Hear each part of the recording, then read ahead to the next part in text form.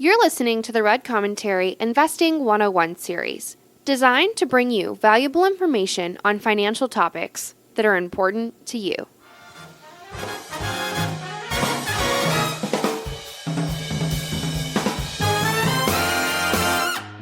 Good day to all of our investors and guests. This is the Rudd Commentary Podcast. My name is Josh Rudd, and I'm the managing partner here at Steer Wealth. For all of our new listeners who may not be familiar with who we are, at Steer Wealth, we manage investments for successful families, high-performing professionals, and organizations across the country, and become your wealth manager, confidant, and personal CFO, so you can relax and focus your time and energy on what's important to you. Okay, Josh, I've been hearing this word sudden wealth a lot, and I thought it would be a really great topic for today's episode.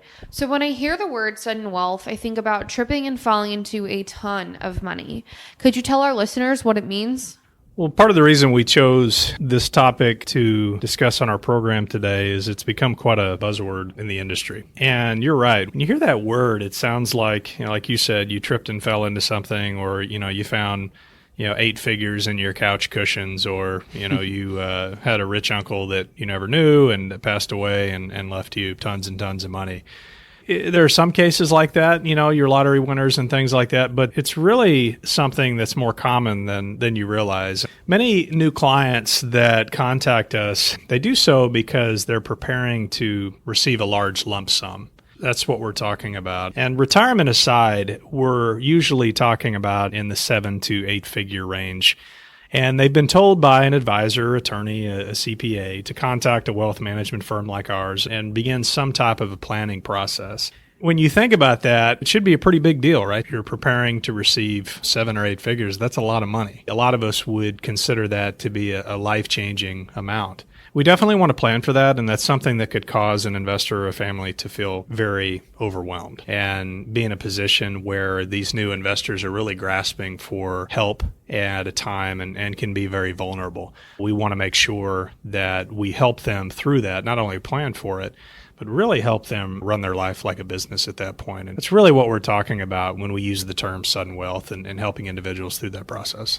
Since it's pretty common and it's something we see a lot of, is there a certain circumstance or maybe an event that takes place that can lead someone into sudden wealth? There is, and as I implied earlier, we're going to just set aside the lump sum distributions that come for retirement for this discussion today, because those are probably the most common. And while those can be very large in and of themselves, that's really not what we're talking about or what we're focusing on today. And what I mean by that is 401ks, pensions. What we're talking about are the larger transactions.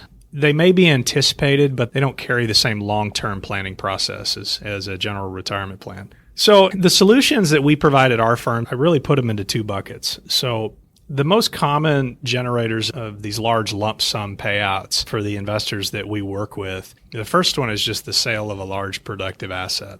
In these cases, we're looking at the sale of a business, but this could also be a large piece of real estate portfolio of, rental properties, things like that. This type of a transaction is usually planned for, and it may not be planned for like a retirement plan, but there's some sort of runway or planning period that we have in order to prepare to receive that large sum of money. But again, these are sums that are a lot of times in the 7 and 8 figure range. So they're very significant and they're life-changing amounts. The next category that I typically place these transactions into is just more of a sudden or unexpected lump sum distribution. And you can probably guess the number one driver for this type of a transaction, unfortunately, involves the death of a loved one and involves an inheritance. You may know that your great-grandfather is getting up in years, but a lot of individuals don't quite know what's in the estate plan. They haven't been involved in the process. And, no matter how much we feel inside that we plan for that, it happens suddenly. And it has a huge impact on our life. The reason we break those into 2 different buckets is those need to be handled very differently by our firm. When we get a client in who's preparing for the sale of a business and is receiving a $40 or $50 million payment, it's very different than an individual that's a child that's receiving even a similar distribution amount through an inheritance. So what's different about a sudden payment or one that's coming that we may not know the amount of? I think it's a good question to ask. I'm going to put the inheritance type of lump sum distribution into a similar category as I would to gambling winnings or lottery winnings or even something as more recent as large cryptocurrency gains. It's not that I'm not trying to say that inheritance is like gambling, but in those situations, it's usually unprepared for in our case, and it usually impacts someone that lacks the experience to, in a lot of cases, to manage that much wealth. So inheritance is very similar to those other examples that I gave, simply because there's more of a lack of planning that goes into that. The individuals that receive those large lump sums of money normally need a lot more help on the planning side. There hasn't been as much planning. It's fair when you think about a small business owner, they've worked for 20 or 25 years developing the necessary skill set in order to manage cash flows and large sums of money. The single event of selling their business is still an enormous undertaking for them as far as managing the cash, but you have to think they have a lot of the advisors already around them and the infrastructure in place to better manage that. And that's why we typically have to handle those situations very differently than we do an individual who hasn't done the planning or is impacted by an inheritance. So what should someone do when they find out about a lump sum or receive it? It's a really good question. The first thing I do is just pump the brakes and relax and really understand the seriousness of this type of a life change. There should be what I call a cooling off period. You know, when you think about large sums of money, and I think a lot of people have done this, and they think about, gosh, what would it be like if I was Mark Zuckerberg or Elon Musk and I sold $3 billion worth of stock?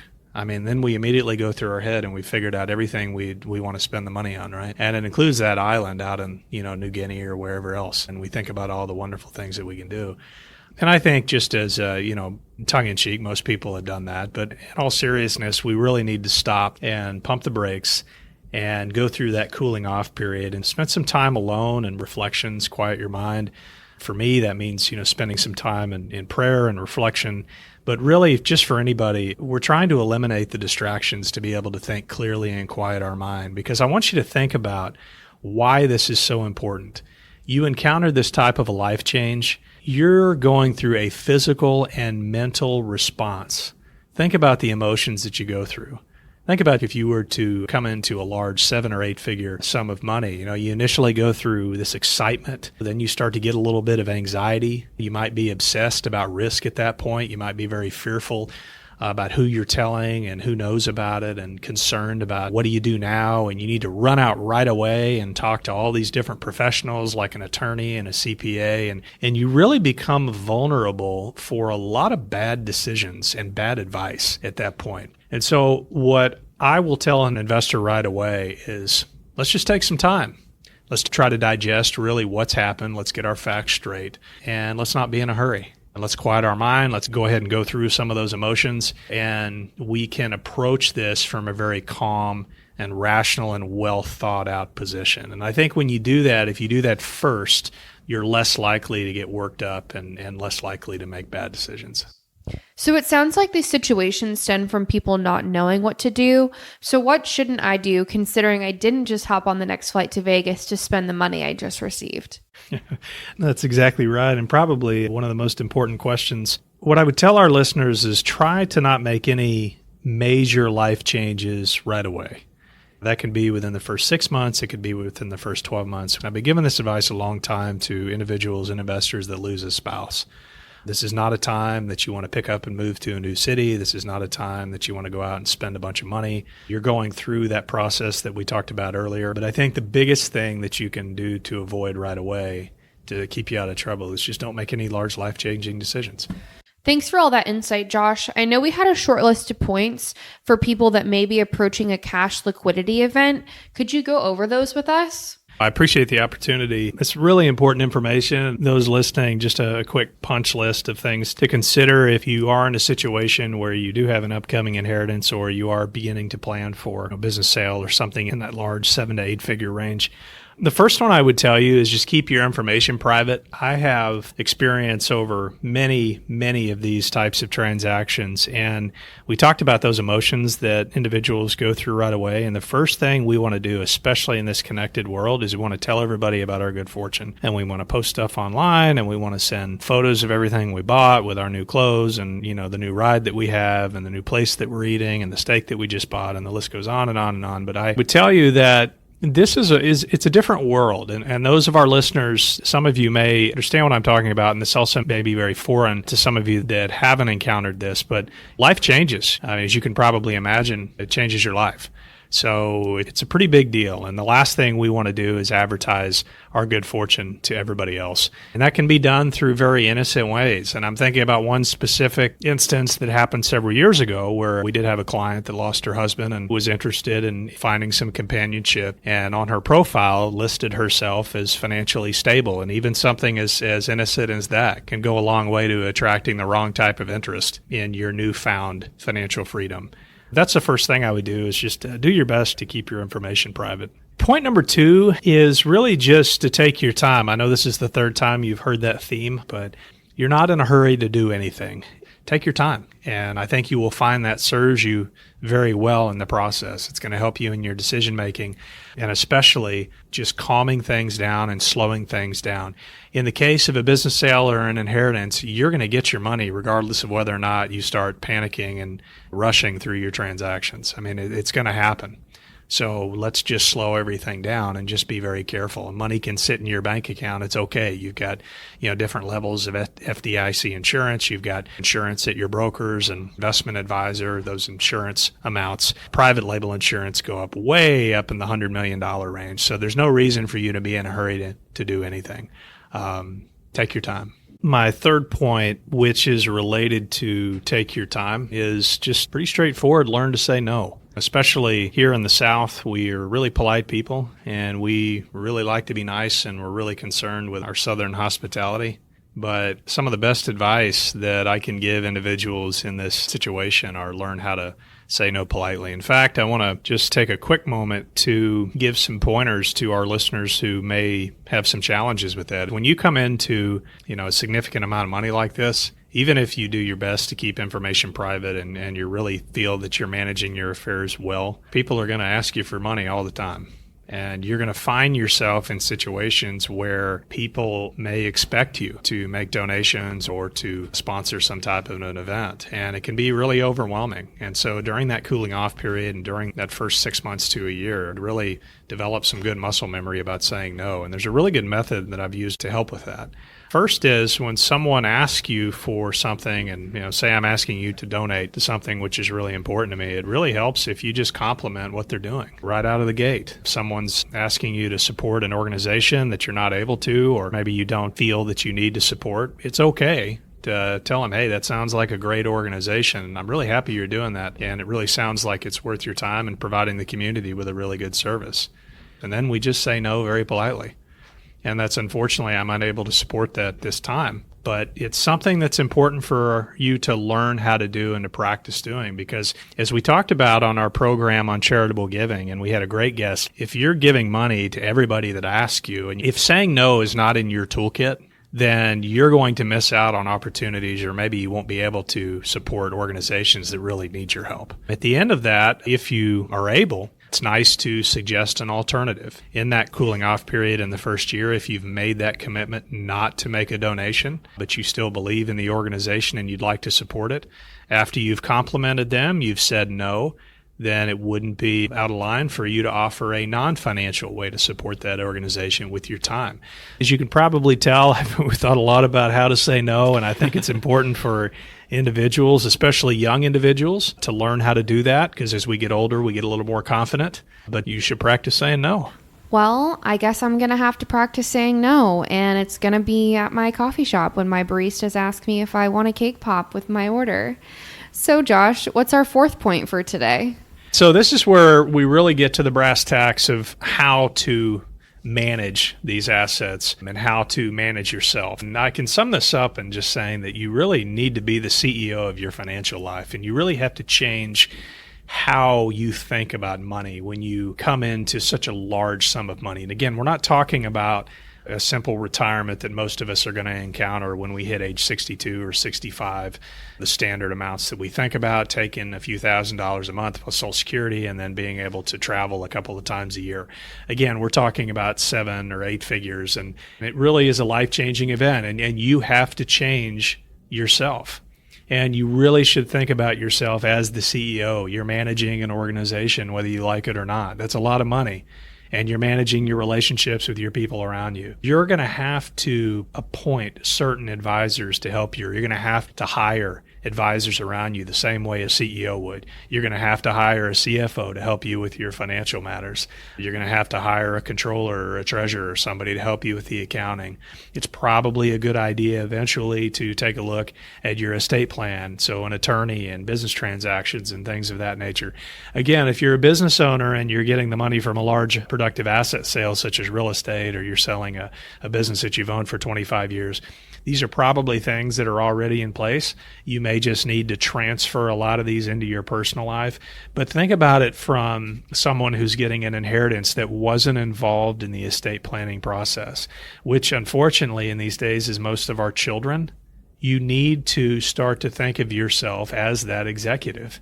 And if you don't do that, you open yourselves up to not only disorganization, but you open yourselves up to very poor decisions at key moments in your financial life over the coming years. Looking and treating yourself as that chief executive officer and understanding the seriousness of not just a bucket of money, but the organization that you're now leading is extremely important. So have you ever seen individuals have a hard time becoming that CEO while also pumping the brakes and taking their time? I do, and I'm really glad you brought that up. I will tell you that what I've noticed among investors of all stripes and from all backgrounds is that when someone moves from, let's just call it a standard net worth, and I'll go ahead and throw some numbers out here, the most common clients that are retiring with pensions or 401k these days, from corporate executives to pilots, you'll typically see somewhere in the $1 to $3 million distribution range. When you're comparing that type of an individual to what we've been talking about, getting into 8 figures, these distributions that can be as much as 10, 25, and $50 million, there's a lack of confidence that the investor really needs to understand. You're in the situation you are now, and it's wonderful, and you've got all these extra resources now, but you need to step up and take that CEO role. It's something that will be a little bit fearful. You'll have some anxiety over it, and that's why I can't stress enough to surround yourself with the right people in an organization. And let me take a step further and tell you that going to your friend that you enjoy a beer with, or going to the softball game and talking to a guy in the dugout, or going to the hair salon and talking to the lady sitting next to you about financial decisions isn't what I'm talking about. I'm talking about going to individuals that have a long track record and experience dealing with these types of transactions.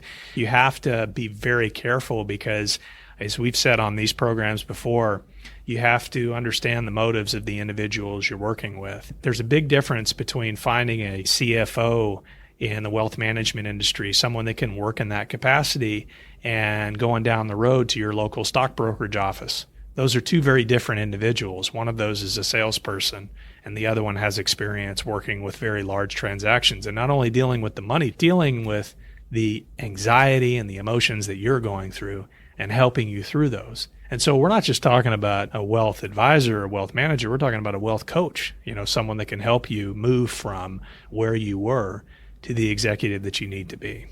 So the last thing, and this is the one that really, I believe, surprises individuals when they come into a lot of money, and it has to do with more of the social side. And I want to make sure that you prepare for those around you to change. It's something that our business owners that are very successful realize. They know exactly what I'm talking about. There comes a point in their life where it's not just their social status, their success, their accomplishments have really set them apart. I want you to think about someone that's climbing a mountain. You start with a group of people, and as you go farther and farther, it's more difficult and more difficult, and people drop off, and you finally get to the top. And as we've said in our business, you've made it, now what? You're by yourself, and you're at the top of the mountain, and you've accomplished all these things.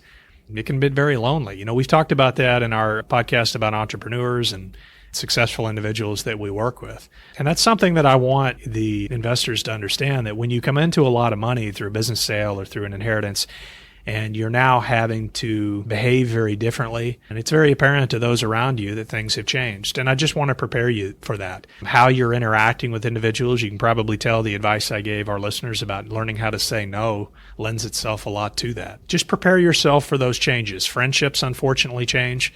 Interaction with your family members change. The interaction with your professionals around you change. I think if you're just aware for that when you step in, that transition will be a lot easier, and I don't think it will be as shocking. It shouldn't come to a surprise to anybody listening on this program. I just think that much like the death of a family member, we're not ready for it when it happens. We may know it's going to happen, but we're still not ready for it. Everything we've been talking about has really been leading up to this point that wealth is so much more than money. And I want our listeners to know where we're coming from, and when we advise you on these large distributions, we understand that. I mean, we've all heard the stories of the individuals that win the lottery, right? And, down the road, they're broke and they've got more problems than they started with. And the truth is, that term that you used at the beginning, sudden wealth, it really isn't all that sudden. I mean, whether it comes from a business sale or an inheritance, it's important to remember that someone was responsible for building that wealth through something, right? Innovation, hard work, the things that make America great and have put us in the position that we are. There's been a new product that was created or a better way of providing a new service. I just want everybody to remember that idea, that something's for free, that you didn't build that. It's not really a reality.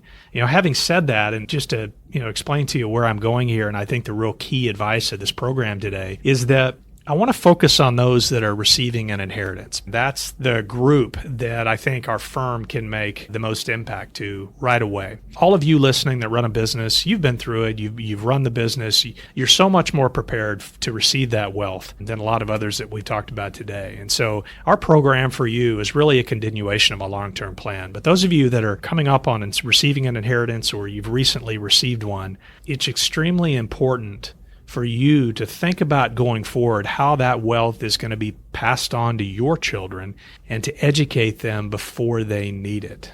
That's probably the best advice that I can give to families long term on how to mitigate a lot of the risks of sudden wealth that comes through the inheritance issue and to try to get past that barrier of the 2 to 3 year generational curse on wealth. So educate your children, get them involved in the business now, because when you pass away and all that hard work that you and your ancestors or grandparents have put into and all that wealth that's been created, you're going to give them the best opportunity to follow not only the advice on this program, but to use everything that you've taught them over the years so that they can give your family the best opportunity to help this money last for generations to come. Well, as always, I'd like to thank all of you for taking the time to listen today. If you enjoyed this episode or learned something new, please take time to rate our podcast and subscribe on Apple Podcasts, Google Play, or your preferred podcast platform and never miss an episode. Also, if you know other investors that would enjoy the show today, please share the Rudd Commentary Podcast through email or on social media. We also like feedback on our program and ideas for future topics. If you have the time, we would enjoy hearing from you. All of us here at Steer Wealth would like to thank you, our investors and clients, for your trust. Thank you for allowing us to be your partner in your long-term financial journey. We take our role very seriously. Thank you very much for listening today. This is the Rudd Commentary. I'm your host, Josh Rudd. And from all of us here at Steer Wealth, invest long and prosper. The Rudd Commentary is distributed for informational purposes only and is not intended to constitute legal, tax, accounting, or investment advice. Nothing herein constitutes an offer to sell or solicitation for any offer to buy any security. All investment strategies and investments involve risk of loss, including the possible loss of principal invested, and nothing herein should be construed as a guarantee of any specific outcome or profit. Past performance is not indicative of future results. Any opinions expressed by employees of the Rudd Company, DBA, Steer Wealth, are opinions and do not reflect the opinions of any affiliates. The opinions expressed by guest speakers are their own and do not necessarily reflect the views of Steer Wealth or any affiliates. Guest appearances on this program does not imply Steer Wealth's endorsement of any entity, person, product, service, or investment. All opinions are current and only as of the date of recording and are subject to change without notice.